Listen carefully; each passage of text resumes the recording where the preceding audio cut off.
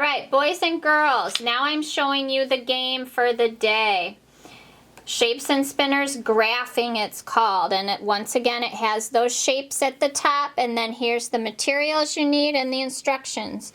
You will need these pages, which are in your packet. There's 2 of them, so you can have one and your partner can have one as well, whoever you play with.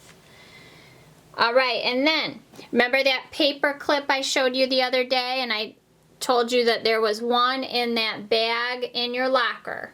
If you don't have any paper clips at home, there's at least one from that bag that's in your locker, okay?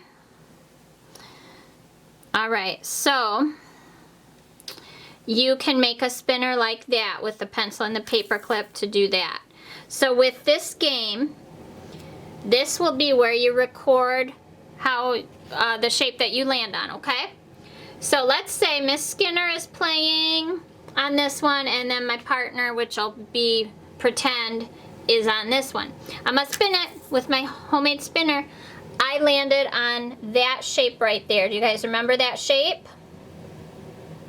It's a rhombus. Rhombus. So on my chart, I'm going to find at the bottom, I've got rectangle, circle, rhombus, and then right above, you start at the bottom on these. Start at the bottom.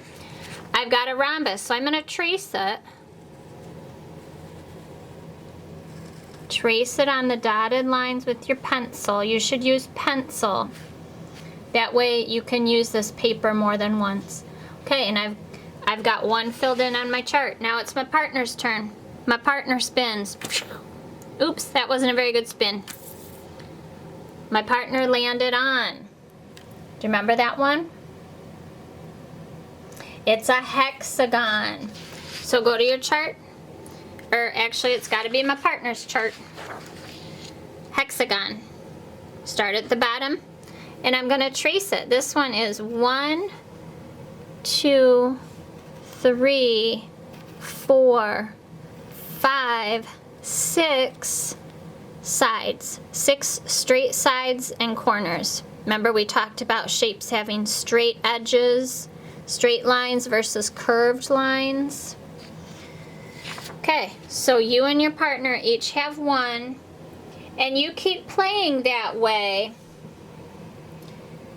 As you play and you get fill in more, you can make a guess as to which column you think will win.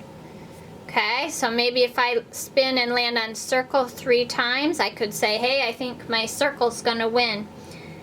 You could also practice using your more than and less than words with your partner. So if I were to get 3 rhombuses and my partner only had 1 rhombus, I could say, I have more rhombuses than you. You have fewer rhombuses than me. Okay? Practice all those words. And you keep spinning and playing the game until you get 1 column filled all the way to the top. So if I were to get 1, 2, 3, 4 more rhombuses that before my partner filled anything up, and before I filled up any other shape, then rhombus would be the winner. The first shape where you trace all the pictures in the column wins. In other words, the first shape to fill up their column.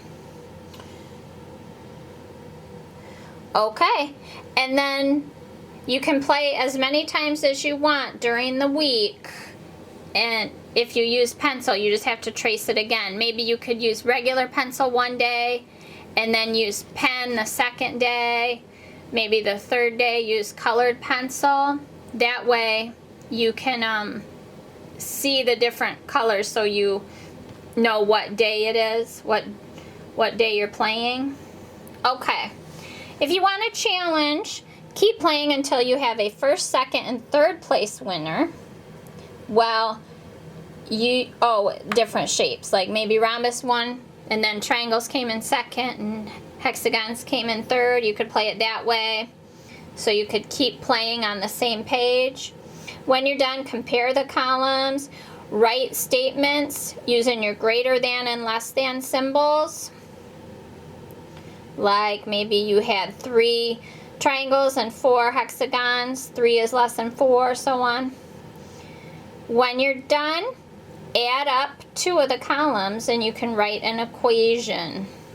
Those are all just challenges.